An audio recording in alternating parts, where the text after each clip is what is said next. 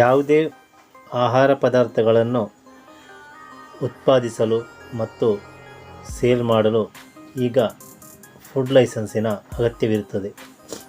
ಈಗ food licence ಇದ್ದವರು ಈಗ FOSCOS ಅಂದರೆ food safety compliance system, Bharat ಸರ್ಕಾರದ ಆಹಾರ ಸುರಕ್ಷತಾ ಮತ್ತು ಮಾನವ ಸೇವೆ ವಿಭಾಗ ಇದರಿಂದ ಪ್ರಾರಂಭಿಸಲ್ಪಟ್ಟ ಹೊಸ ವ್ಯವಸ್ಥೆ.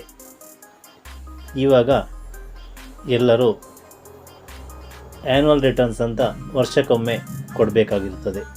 ಅದು ಲಾಸ್ಟ್ ಡೇಟ್ ಬಂದು ಮೇ 31. ಈ ಥರ ರಿಟರ್ನ್ಸ್ ಕೊಡಲು ನಿಮಗೆ ಗೂಗಲ್ಗೆ ಹೋಗಿ ಫೋಸ್ಕೋಸ್ ಪೋರ್ಟಲ್ಗೆ ಭೇಟಿ ನೀಡಿ ಮತ್ತು ನಿಮ್ಮ ರುಜುವಾತುಗಳನ್ನು ಬಳಸಿಕೊಂಡು ಲಾಗಿನ್ ಮಾಡಿ. ಹೊಸ ಬಳಕೆದಾರರು ಖಾತೆಗಳನ್ನು ರಚಿಸಲು ಸೈನ್ ಅಪ್ ಮಾಡಬಹುದು. ವಾರ್ಷಿಕ ರಿಟರ್ನ್ಸಿಗೆ ನ್ಯಾವಿಗೇಟ್ ಮಾಡಿ.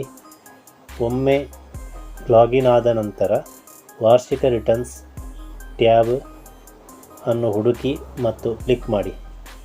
ಫಾರ್ಮ್ D1ನಲ್ಲಿ ಏನು ಹೇಳ್ತದೆ ಅಂದರೆ ತಯಾರಕರು, ಆಮದುದಾರರು, ಪ್ಯಾಕರ್ಗಳು ಮತ್ತು ಲೇಬಲ್ಗಳು ಸೇರಿದಂತೆ ಹೆಚ್ಚಿನ ಆಹಾರ ವ್ಯಾಪಾರ ನಿರ್ವಾಹಕರಿಗೆ ಅಗತ್ಯವಿರುವ ಫಾರ್ಮ್ D1ಅನ್ನು ಆಯ್ಕೆ ಮಾಡಿ. ಈ ಫಾರ್ಮನ್ನು ಪ್ರತಿ ವರ್ಷ ಮೇ ತಿಂಗಳ 31ರೊಳಗೆ ಸಲ್ಲಿಸಬೇಕು.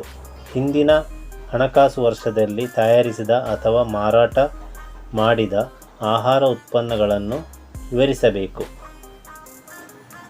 ಆಹಾರ ಉತ್ಪನ್ನದ ಹೆಸರು ಮತ್ತು ವರ್ಗ, ಉತ್ಪಾದಿಸಿದ ಅಥವಾ ಆಮದು ಮಾಡಿದ ಪ್ರಮಾಣ, ಮಾರಾಟ ಬೆಲೆ ಮತ್ತು ಮೌಲ್ಯ, ಪ್ಯಾಕೇಜಿಂಗ್ ವಿವರಗಳು ಅನ್ವಯಿಸಿದರೆ ಈ ವಿವರಗಳನ್ನು ಆಮದು ಅಥವಾ ರಫ್ತು ಮಾಡಿ.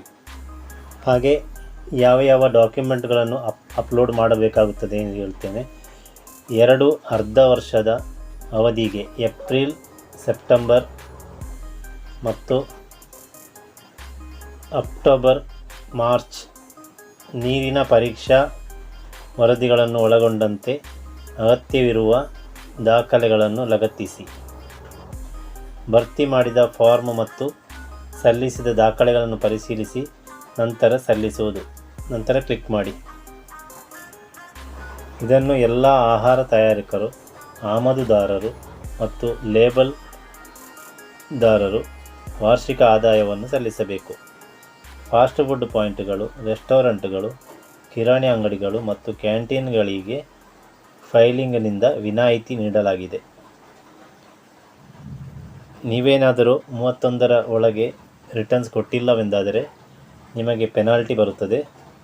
ಅಂದರೆ ದಂಡ ದಿನಕ್ಕೆ ₹100, ವಾರ್ಷಿಕ ಪರವಾನಗಿ ಶುಲ್ಕದ ಗರಿಷ್ಠ 5 ಪಟ್ಟು.